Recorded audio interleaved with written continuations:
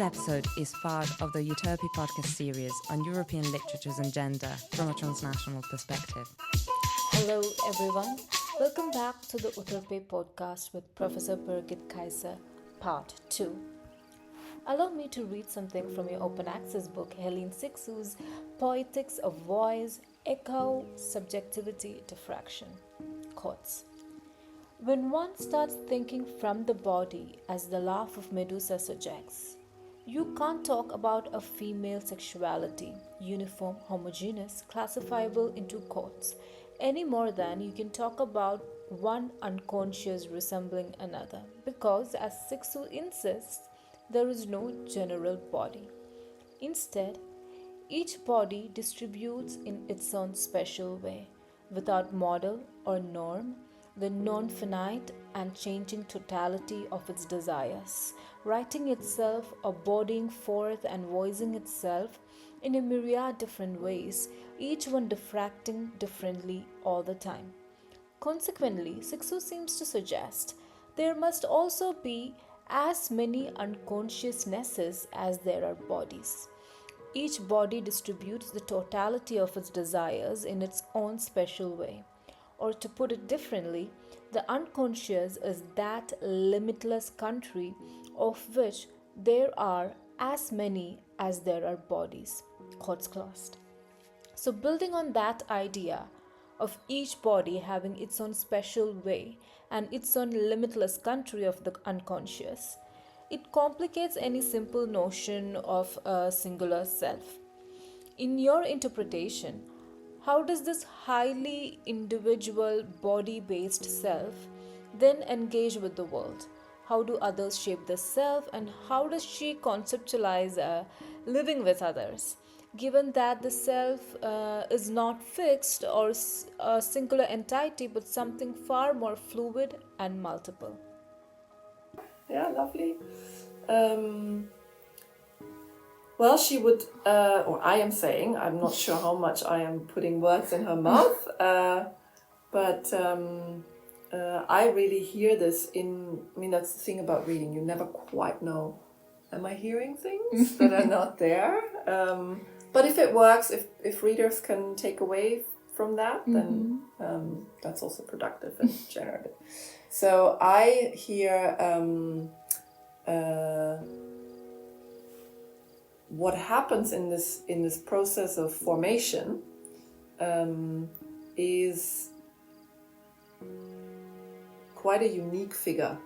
I mean, each and every one of us, if we say, this is not just sort of now the narrator in Cixous' text, but it's also a model for how we can think about living with others, becoming through that cohabitation in a continuous, relational, ongoing exchange, not necessarily conscious, but also sort of subconscious. And if we take this as a model of how a voice becomes, then we would have to say each and every one is unique.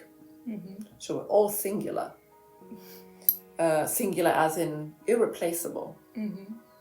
One in a lifetime, so to speak, a unique figure.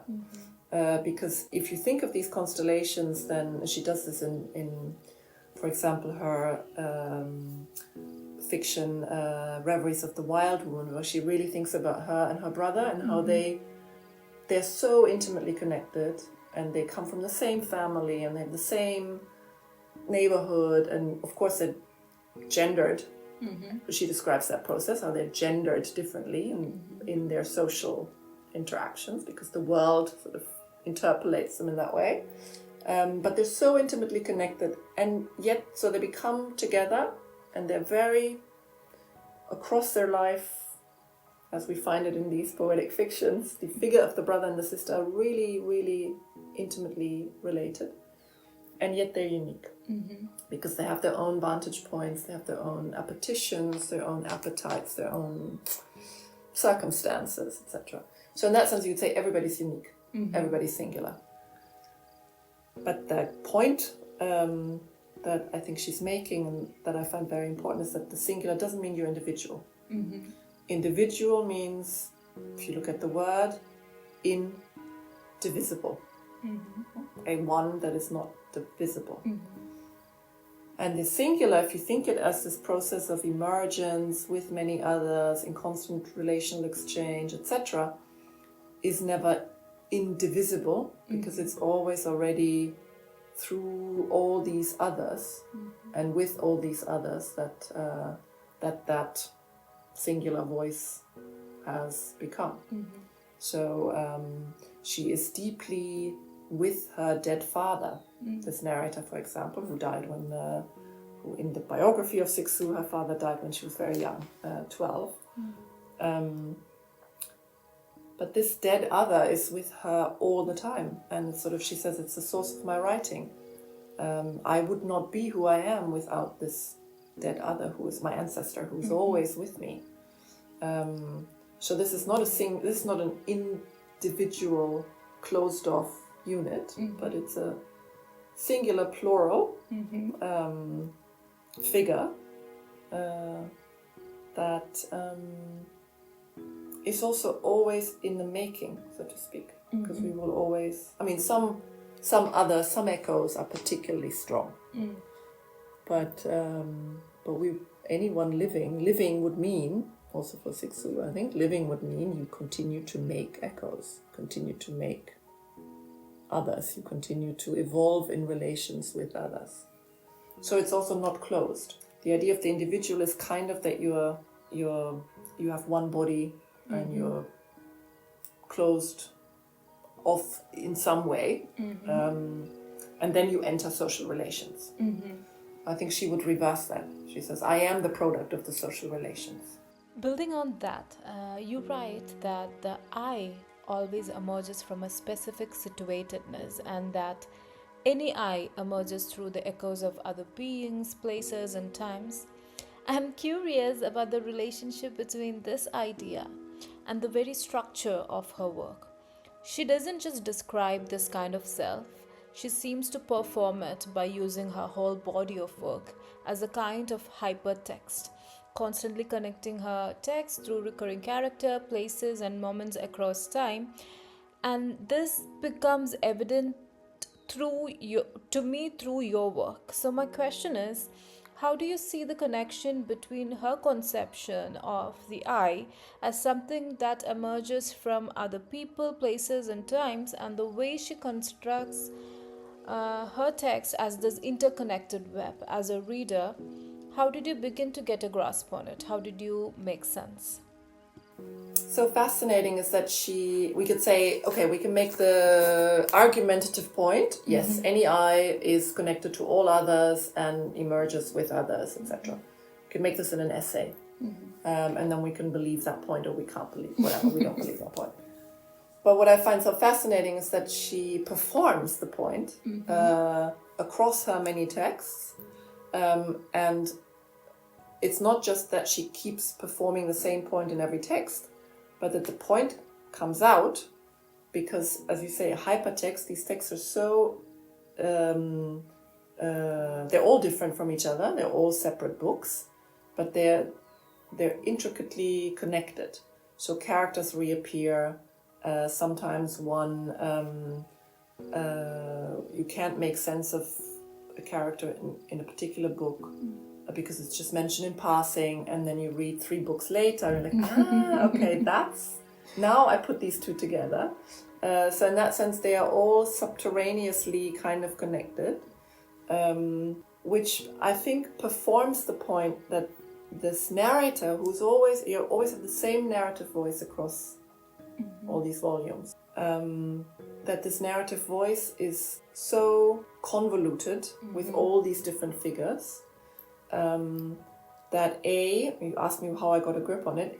I would say the narrator themselves doesn't necessarily have a grip on it, because it's so, a next book might bring out new connections and link back to other earlier connections. This idea of echoing across times and places really is laid before the reader, sort of in these interconnected books. Now, when I was reading them, I was especially reading books since 2000, and they also became in a particularly evident way autobiographical, I think, from 2000 onwards, her writing. I was insanely immersed in these books because I kept finding, references from one character to another, and then from one book to another. So how did I get a grip on it? It felt more like I hadn't, and I was down rabbit holes. But what came to the fore really I felt was like, okay, here we have a performance that sometimes also very explicitly in the text tells me that a figure is from many times at the same time. Well, she talks about a narrator who is sitting in the garden in 2012, thinking back to a lover from the 60s, and the same person, so to speak, who sits in the garden in 2012 is also the person from the 60s, and is the person from the 80s, and is the person probably from 20 years from now. So these palimpsest, the sort of thick layers of all the times that we still carry, and even future that we might carry, is always there at the same time. Okay. We just don't necessarily act on it or are conscious of it. But you and I are both here in 2025, and we are also still in 2012, and we are still in... I'm not sure how far we go back. But, we are also we're in Utrecht, and this is from 1739, and this is from 18-something. So all of these... echoes subsist. They may not all be super relevant now for you and me, but that doesn't mean they're not there. Okay, yes. If that makes sense. Yeah, I think in 10 years I'll get a grasp. Yeah, that's true. The older one gets, you realize, all that baggage. Yeah. But also how fast it has, indeed, it's a question of aging. Because you suddenly, in that book that I was referring to, where she says, I'm sitting in the garden 2012, and I'm also the person of 1969, because you can suddenly go back to, that, times are lost, whatever, the 70s are no longer the world is different. But you can suddenly be back in a place 30 years ago, and it's as if it was yesterday, and as if you're there, and it's still there. But of course, no one except for you sort of sees it, But yeah, it may have. It may be that's something that resonates with experience as you realize. It all stays on, and in a way, she would say, well, she's born 1937 in Oran in Algeria, when it was still a French colony, to a Jewish mother who had fled Germany in the mid-30s. So she says, well, my mother's Osnabrück city, which was already kind of informed by the Jewish life that was possible in Osnabrück, because of the life complicated that her grandmother had in Strasbourg. So Strasbourg is sort of in Osnabrück, and Osnabrück is definitely in Oran, where she was born. She had a childhood where Osnabrück was super present. Well, she's never been until very late. So that Osnabrück as a phantasmatic and really effective linguistic, the words her mother was speaking, the way she was being Jewish, unlike her father was from Algeria, Sephardic Jew from Algeria. All of that is, in Oran. So it goes back even before you're, the where you were born is already an effect of where your mother and your father and whatever were and were not. And so you told us about how Cixous rejects all the other traditions, but what is her tradition? Is it Poetics of voice, which also contains ecology? So if you have to tell us the central tenets of her tradition, what would it be? I would say while she rejects, she also really embraces. So her tradition is definitely the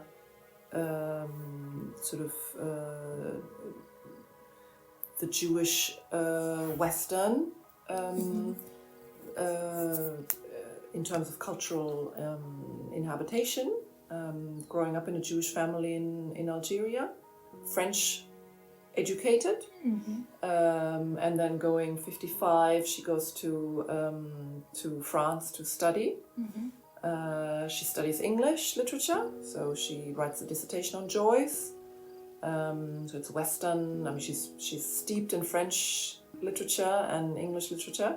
So her tradition is maybe the one that lives most vividly in her, that she thinks with is, and these are poets mostly, whom she feels a strong affinity to, but they come mostly from the Western canon. So Montaigne in the French writing, Montaigne, Rimbaud, Genet, Jean Genet.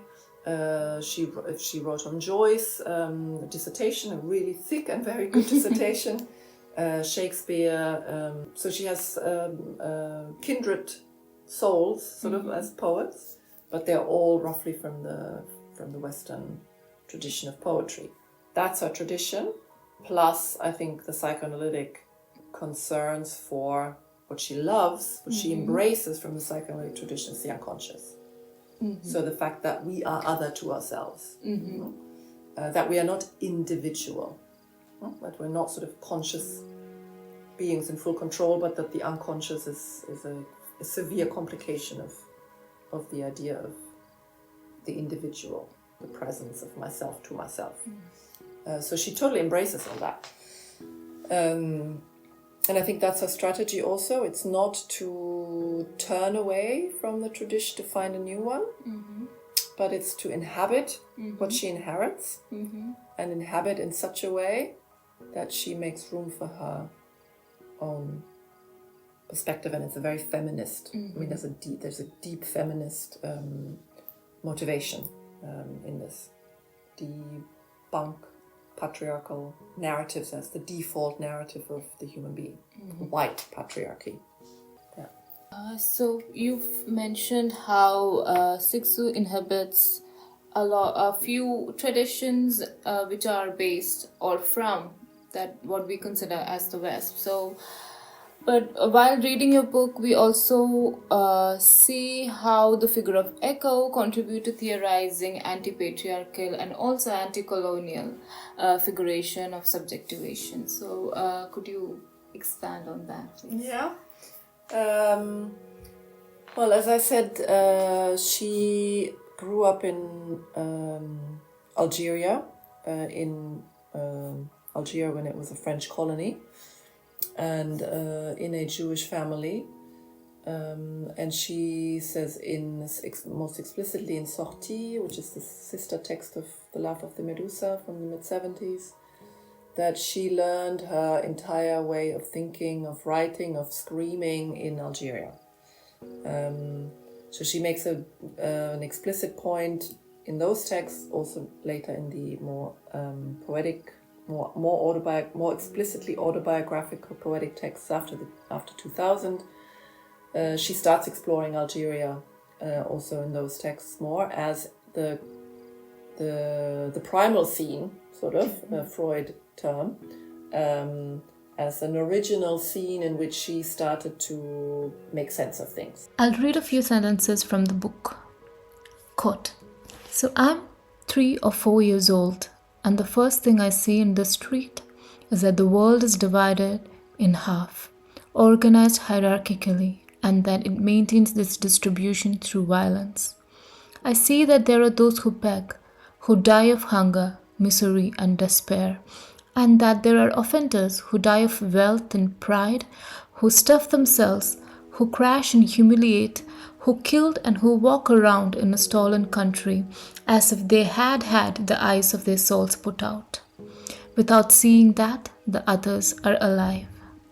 In the next page she continues, quote, "But I was born in Algeria and my ancestors lived in Spain, Morocco, Austria, Hungary, Czechoslovakia, Germany. My brothers by birth are Arab, so where are we in history? I side with those who were injured, trespassed upon, colonized. I am not Arab. Who am I? I'm doing French history. I'm a Jewish woman. In which ghetto was I penned up during your wars and your revolutions? I want to fight. What is my name? I want to change life. Who is this I? Where is my place? I am looking. I searched everywhere. I read, I ask. I began to speak. Which language is mine? French? German? Arabic? Who spoke for me throughout the generations? And that scene was one in which she was weirdly privileged as a member of the Jewish community who had received, the community had received, they didn't sign up for it, but they received French citizenship in the late 1880s. It was a complicated maneuver of the French Empire to integrate Algeria more and more in the French nation. I mean, Algeria had a very peculiar position in the French Empire. It was France, even though the Mediterranean was sort of between it, but it was an integral part of France. It had its own département. It was part of the motherland, so to speak. And one way complicated to start to make that integration more and more intimate was to give the Jewish community of Algeria citizenship, but not the Muslim communities. So she was she as part of the Jewish community was in a peculiarly privileged position, but as a member of the Jewish community, she was, submitted to the anti-Semitism of the Catholic French. So she was disprivileged and privileged, and she felt clearly more solidarity with her Muslim neighbors in the neighborhood that they lived in. It was a Muslim neighborhood, than with her French schoolmates. So she had a really complicated setting in which she was a child and an adolescent, and she says she was always very alive to the inside outside, who is other, who is disprivileged, who's privileged, how fast can this change. It's basically a luck of or a contingency of someone's decision to make this community, give this community citizenship but not the other. So it's all it's power ridden, but it's also very contingent. So in that sense, it's her thinking was deeply informed by the experience of colonialism. On the one hand, by being given a weird privilege, which also meant that many members of the Muslim communities were looking with suspicion at the Jewish community for their privilege, whereas the Catholic communities were hostile to them out of anti-Semitism. So she felt sort of, in the mix of the violence of colonial governance. So she says, I'm a child of colonial violence. My whole experience of myself has to do with the violent denigration of others, which I was co-opted to, sort of, but which I also was suffering from. So she's very alive in that sense to colonial violence, the murder of the other. But she's also really alive to the complications of sides. So that because it's almost a triangle situation of Muslim, Jewish and Christian Catholic. And Berber, of course, not to forget, these sort of indigenous, pre-Muslim populations of Algeria. So it's a complicated field in which there's never just two. There's anywhere never just one, but there's also never just two. The force field is complicated and it's shifting. So to think about, and that's what what she's critical of, where the intervention comes, is in the colonial story of course, in the colonial story of whatever French privilege and civilization over others who are allegedly less civilized, but also in this whole operation of, and that's why I think she goes quite deep in her critique of the colonial, the whole operation of the self and other as a binary. where the colonizer would say, we are this and they are that, which is already violent in its reduction to a binary, because there's always more on all sides. So her conception of others and self and voice makes sense when you know where she's coming from and her childhood, and how Algeria plays a major part in her upbringing. How do decolonial theorists, be it in any discipline, use Cixous' work or think with her in your experience? Not enough, I think. And I don't, depending on where you want to lay the focus, there's three options. We could call her an anti-colonialist, a post-colonialist, or a decolonialist thinker, or decolonial, post-colonial thinker. And in a way, I think she is definitely anti-colonial in this sort of deeply critical response to the colonial gesture of annihilating, incorporating the other for the sake of self-aggrandizement, basically. But she's also post-colonial, I think, in the gesture of embracing the situation and the heritage, in a way, and trying to unwork it from inside. So she's not leaving the Western canon. She is using it and doing other things with it that are always deeply conscious of the colonial violence and the patriarchal violence that our world is sort of written by. It also gives a new mode of solidarity to approach things what are happening in the contemporary world as well. That's interesting. Because I think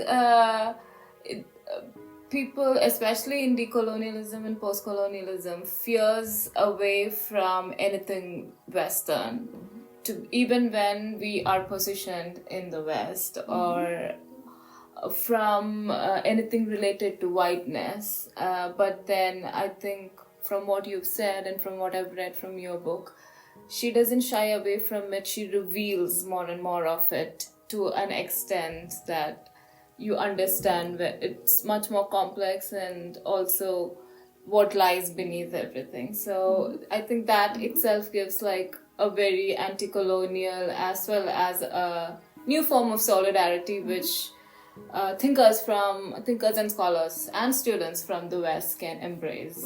I agree. Yes, that's nice how you put it. Yes. That's, I think, also a little bit why I had other figures that I wanted to bring her in contact with in the book, and I didn't have the time, and it was becoming maybe your next book. Exactly. But I think I have Trin Minha's very post-colonially informed, inappropriated other in the first chapter, because I think she and Trin think about, some sort of from two French ex-colonies, Vietnam and Algeria, think about this question of the other and propose an alternative. So what they don't do is to say, okay, we have the self-other binary, and the task is to mobilize and think about us as other and validate that. She would say, in a way, of course we do that, but let's blow up the whole thing. And she literally says that in The Laugh of the Medusa. No? Let's blow up the law. It's the whole setting of oneself and another other in this logic of a murderous machine is what we have to get rid of. And Trin thinks something quite similar from her Vietnamese, also French informed, of course, sort of because of colonial histories of education and language from her perspective, and also through her own medium, film, etc. But I see resonances there, and I think there would be a lot to say for her and Glissant, the Caribbean, thinkers of creolization. So I think definitely if you say solidarity, what I think one could take away from her is that we have to take serious and be very caring for the many sides. Mm-hmm. And that any side is always more complicated than one thinks. So any voice is always more complicated than one thinks. I think it's a warning also against the idea of, if the colonial binary has set up one over the other, mm-hmm. that a remedy is to reverse the tables. Mm-hmm. Of course, sometimes politically, effectively, one would love to reverse the tables because it would be very helpful. Yeah. But it is in the same register. Mm-hmm. So if we want to get away from that logic of killing, mm-hmm. Or logic of appropriation, or logic of identity ultimately as a clearly defined, defendable, solid something. At least that's what I think, that's her warning. So well, let's think that there are always so many more sides, and that sides can shift very quickly, and that we're all on several sides at the same time. Which would maybe offer avenues of solidarity or alliances that are a little bit different than the alliances that we have at the, if we think in the sort of self-other binary logic. So because we just spoke of the importance of Algeria in her work, maybe just as a quick recap of the trajectory of the book, the first 2 chapters, I mean, there's an introduction, but then the first 2 chapters are about voice. Mm-hmm. So how is voice generated in the ways that we've said? How is it singular, plural? How is it also a body, etc.? So these would be more a little bit conceptual discussions. How does she start to think from the multiple and not the individual? So all of these things I talk about in voice. Also, of course, how has her reception been a little bit, that she has always been seen as somebody whose writing dissolves voice and produces polyphony. Mm-hmm. Whereas I say, yes, polyphony, but from that polyphony, we see actually the crystallization of a voice, which is in itself polyphonic. It's a little different, I think. And then the second part of the book is on the feminine, where I look at the 70s, her writings from the 70s, her very critical interactions with psychoanalysis, where we see her laugh at the law that psychoanalysis declared, to think about desire differently than organized around the phallus. That the feminine or the ecological is a type of desire for others, with others, through others, that is not reducible to the one point of the phallic. And that is very material and generative. And the last part is called ecology. So it's playing on ecology as the environment, and ecology with an H in there, to really look at Algeria as an ecology, as a surrounding, as a habitat in which she started to form her way of thinking. So it is one that's always situated, that is deeply, as we said, informed by the colonial situation, by the injustices of the colonial situation that she experiences. But that is also, and I do that in the last chapter, very much, she's thinking this through Algeria, because it's about her childhood dog and other animals that are with her, but she also thinks this being with others in ecologies of cohabitation also very much as being with more than only human others. That's very important. So not only are the human others dead and alive, but also the many others are human and more than human. And the last chapter is particularly about lions and the faint echoes of lions in Algeria, and she's in exchange there with another Algerian artist. Yeah, who thinks about sort of being indebted to so many others we don't even know, that we therefore also can never close off the circle of others that we are indebted to. Yeah. There will be more. So that turtles all the way down, in a way, if we think with her away. It's all the way down. There's no end point to where my others are and where they end, because they are in turn related to so many others, and I am by implication therefore also an echo of, faint echo, but an echo of so therefore the lions of Algeria, the dead lions of Algeria. Could you please explain to us what the ecology with an H in relation to ecology as the immediate surrounding means, and what role does animals and non-humans and more than humans play in it? Yeah, it was fun when I thought of it, to realize that between ecology and ecology there's a very minimal difference that one can hear. So ecology sounds almost like ecology. And I found it important to put the H in ecology, not only because it's the H of Hélène, which is also a silent H. You don't speak the H of Hélène in French. She makes a point of this at another moment, it's a silent H. But also, of course, there's echo in there, but also because the fact that you can't hear the H, almost not. I mean, you can hear the difference in the E, maybe, in ecology and ecology, but you don't hear the H.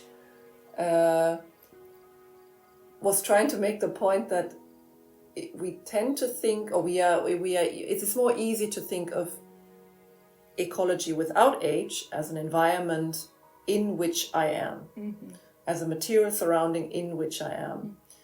And while everything we said about how she takes her situatedness as a starting point to think,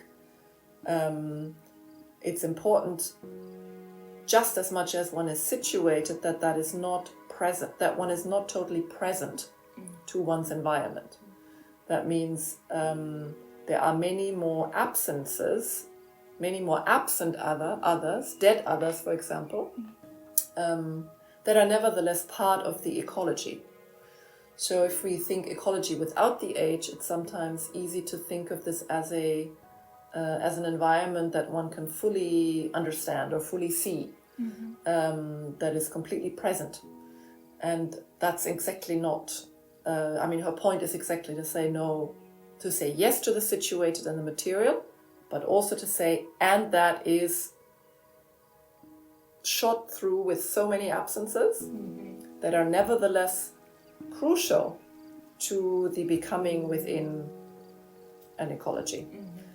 So to mark this absence, which is present, like the H, you can't hear. So it's an absent presence, present absence. You might know this play from deconstruction, sort of on absent presence. But the point of that, it always comes across as a little playful, but the point of that is really serious, because it is saying it is one way to take into account, for example, the ghosts, the power of ghosts that we live with. And I think we live with very powerful ghosts. So with all that which is not tangible, or which is coming from before us, or which we can't yet put a finger on. So it's an attempt to really think about how the present is much more complicated than just fully accessible. So that's why the H is in ecology. But it also, of course, is the ecology without H is really important, not only as a situated thinking, but also really as I think she offers not only a decolonial critique or a post-colonial critique of, or alternative of subjectivation, other than sort of Western patriarchal narratives, but also because I think thinking the human as this situated complicated material being in emergence with so many others, including non-human others, is a very ecological, with and without age, ecological understanding of who we are as humans. So the ecology without age was just as important as the figure of echo. So that's how ecology came up. That's wonderful. Thank you so much, Birgit, for spending so much time with us on this podcast. So everybody, thank you for listening to our podcast, and please don't forget to read Hélène Cixous' Poetics of Voice, Echo, Subjectivity, Diffraction. Birgit M. Kaiser. This podcast is powered by the European Union and the Central European University Library.